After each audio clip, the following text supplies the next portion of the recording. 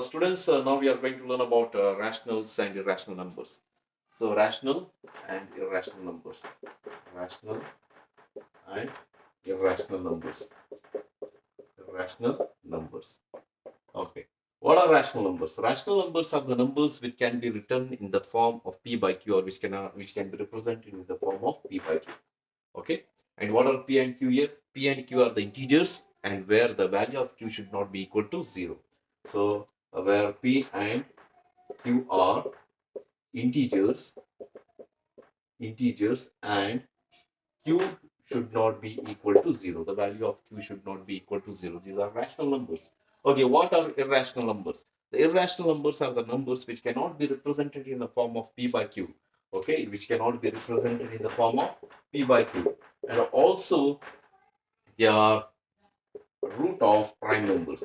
So irrational numbers, or other way you can say, when you take the root of prime numbers, they are irrational numbers. Okay. So rational numbers are the numbers which can be represented in the form of p by q, where p and q are integers and q is not equal to 0. Irrational numbers are the numbers which cannot be represented in the form of p by q, and also you can say irrational numbers are the square root of prime numbers. Okay.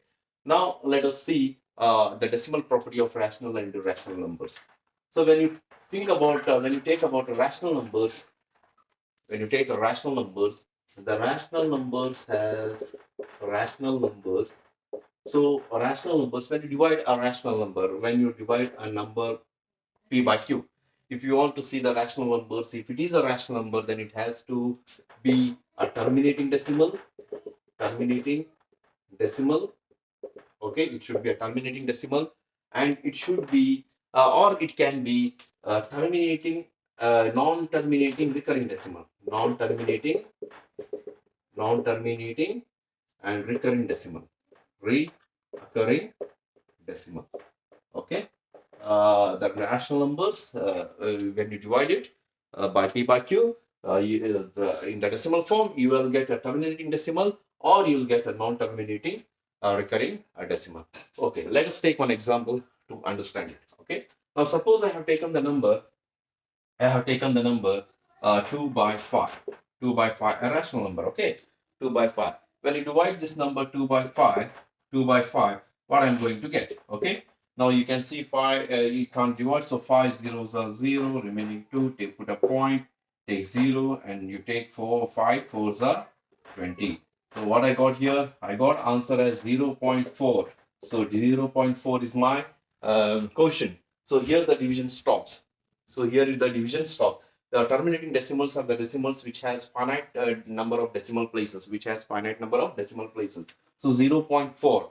0.4 means here my decimal is stopped. So this is a terminating decimal. So I said has a rational number as a property of terminating decimals. Okay, let us take one more example.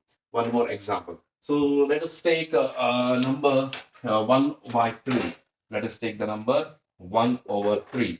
Okay, now when I divide this number 1 over 3, so I can divide it 3 with 0, 3 with 0, so I'll take 3 0 the 0, remaining 1, I'll take a point, again take 0, 3 3s are 9, again 1 0, again I'll take a point, again 3 3s are 9, again 1, again 0, 3 3s are 9. So when you see this quotient part, this number is repeating infinite number of times.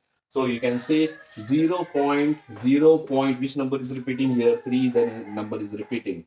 Okay, so this is also a rational number because it has a non-terminating but recurring decimals. Non-terminating but recurring decimals. It means what? A number in the decimal place has it follows a certain pattern of occurring. And so you can see a 3 occurs in an infinite number of times. So this pattern is followed.